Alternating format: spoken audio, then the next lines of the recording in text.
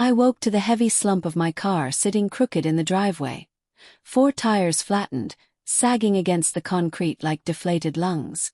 The stench of gasoline hung in the morning air, thick and bitter, soaking into the soil where my flower beds used to bloom.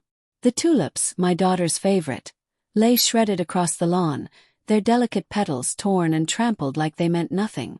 Like we meant nothing. But fury didn't come right away. Instead, a cold certainty settled in my chest like a stone sinking in water. This was his doing. Logan. Her new man. The one my ex-wife praised like some prize she'd won.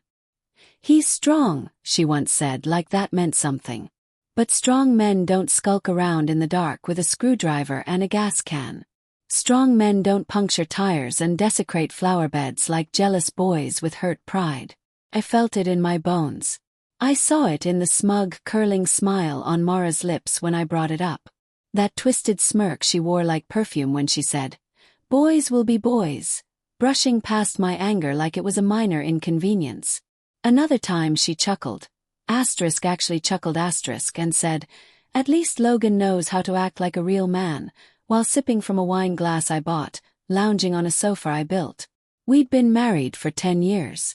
Not always easy, not always pretty, but it was real. I gave that woman everything. I rebuilt the roof of her father's crumbling house with my own hands. I held her through her mother's chemo, held her tighter after each miscarriage. We grieved like one soul torn in two. But then I lost my job. And when I didn't bounce back fast enough, when I didn't dazzle her with some immediate success, she vanished. Slipped out of our life like a shadow in daylight.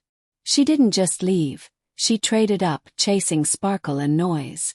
Took the cat, half the furniture, and more than half of everything else we built. Then he started showing up. First it was just a stare. Cold. Calculated. A glare across the parking lot of the grocery store. Then a single clean scratch carved down my car door. So precise, so deliberate it could have been a signature. I told myself I was being paranoid, imagining patterns in coincidence. But bad luck doesn't strike like clockwork. Every other Monday. Front left tire. Not random. Not debris on the road. Clean puncture. Every single. I didn't confront him. Not yet. I went to her. Because I knew, this wasn't just him. This was her game too.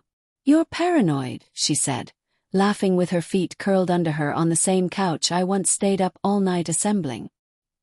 "He's not your issue," she added, sipping from the wine I once bought her. You are. That was the last conversation I ever had with her as someone I once loved. The night before my garden was destroyed, I saw a shape out by the fence. Broad. Creeping along the edge of the yard like a burglar in a cheap disguise. I didn't move. Just watched. A man who thinks he's clever always gives himself away. He was holding something. By morning, my tulips were nothing but memory. That was the moment the pain hardened into resolve. I bought a trail camera, silent, infrared, invisible. I mounted it in the lilac bush where no one would ever look. Then I called an old friend, retired electrician. We wired the motion sensor to the sprinkler system. Not for water. I filled the tanks with a mix of oil and fluorescent blue dye. Sticky. Loud in color. Unforgettable. And I waited. For 5 nights nothing happened. Then on the 6th, 1:19 a.m., the sensor tripped. A scream tore through the silence. Animal. I didn't run out. Walk. Low. Steady. Like a man heading to work. He was on the ground, slick with glowing blue muck, flailing like a fish dumped on pavement. The dye clung to him, skin, hair, clothes, unforgiving and unmistakable. He was gagging on the chemical stench, rubbing his eyes with shaking hands. In one of them, still clenched, a crowbar. And the camera caught everything. His face, his weapon, his crime. And then her. She was there too. Trailing him. Watching. Laughing maybe, until she saw what they'd walked into. Her shriek wasn't for him, it was for herself. For what she saw in my hands. I stepped from behind the tree, holding up the camera's screen. Her face drained of color. "I told you," I said quietly. "You're insane," she spat, trembling. "You could have hurt him." "No," I said, calm and still. "But I could have called the police months ago." I held up the USB drive. "This is the 8th video. The first 7 are dated. Copies with my lawyer. Police will be here in 15 minutes." I handed it to her like a verdict. She opened her mouth, maybe to apologize, maybe to curse, but only a choked whimper came out. They left in silence. Him staggering, leaving blue footprints like a trail of shame across the sidewalk. Cops came. I showed them everything. Footage, sensor system, the damage.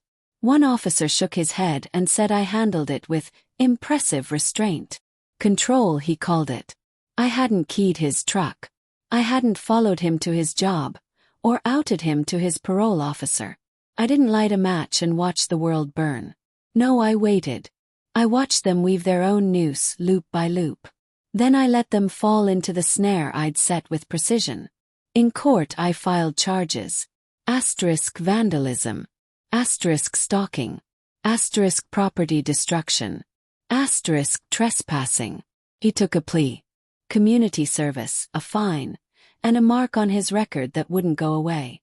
But the real punishment, the whispers, jokes, the blue man. His name became a cautionary tale. His clients dropped him. Her friends stopped inviting her for coffee. No one wants to sit beside a fool stained with proof. Their fairy tale wilted like the tulips he crushed. He texted me once. Just once. "Can we talk?" I didn't know he'd go that far. I never replied. Justice doesn't need volume. Doesn't shout. It whispers. It lingers. And it sticks. Now. My tires hold air. My garden is blooming again. And every night I sleep soundly. Like a man who buried the past with his own hands. Dark. Clean. Exactly how justice should be.